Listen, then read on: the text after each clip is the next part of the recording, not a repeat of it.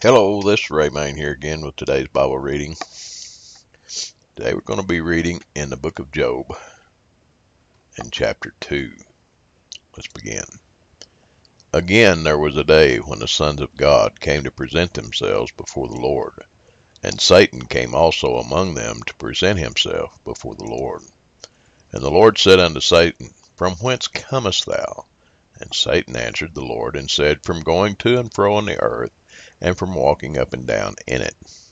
And the Lord said unto Satan, Hast thou considered my servant Job, that there is none like him in the earth, a perfect and an upright man, one that feareth God and escheweth evil?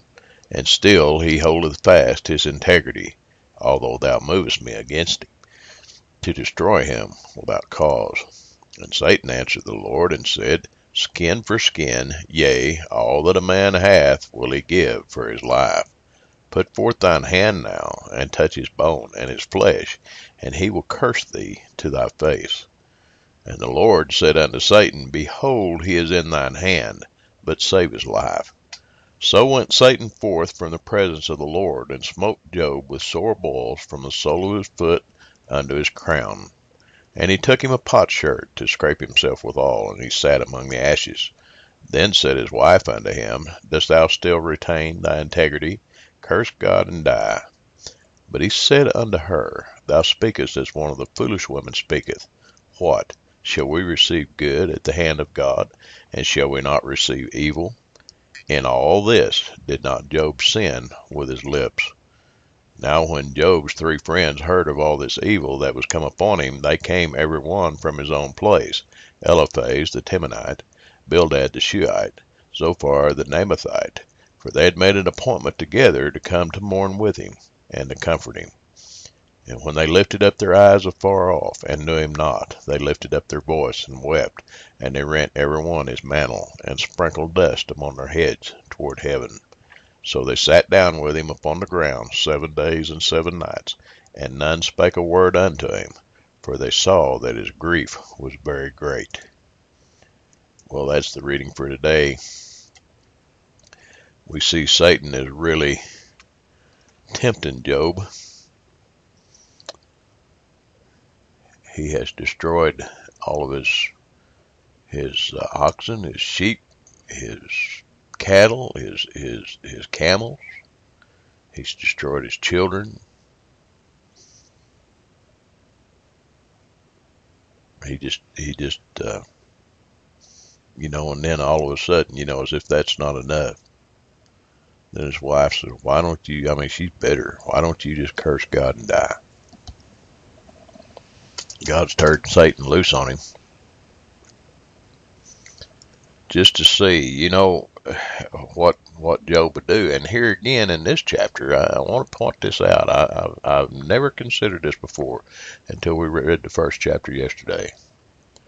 But it struck me in the first chapter, and he repeats it again in this chapter. Have you considered my servant Job? He's an upright man. And in spite of what you've done to him, he's still a righteous man, in other words. Just think about the confidence that God had in him. Satan said, yeah, you've done all this, but, you really afflict him, his body. And he's got boils all over him.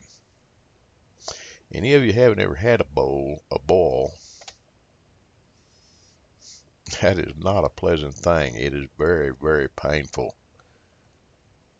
And here it said he had boils from the top of his head to the soles of his feet. But yet, yes, he's sorrowful. But it said even in all this, Job didn't sin with his lips. I imagine his mind was rolling, don't you? But anyway, here we have an example of a righteous man. I don't measure up just real good against this example, but it gives us something to shoot for, doesn't it? Let's see what happens tomorrow when, he finally breaks down and starts talking, and his friends I'm going to put those in quotations, his friends, because they'll play a big part. We'll see what they have to say about all this. And as you'll see as we go through this chapter, you can't always depend on your friends. You want to be careful about listening to your friends, especially when it goes against what God has told you. Pay attention for that in the coming days. That's the reading for today. God bless you. We'll talk to you tomorrow.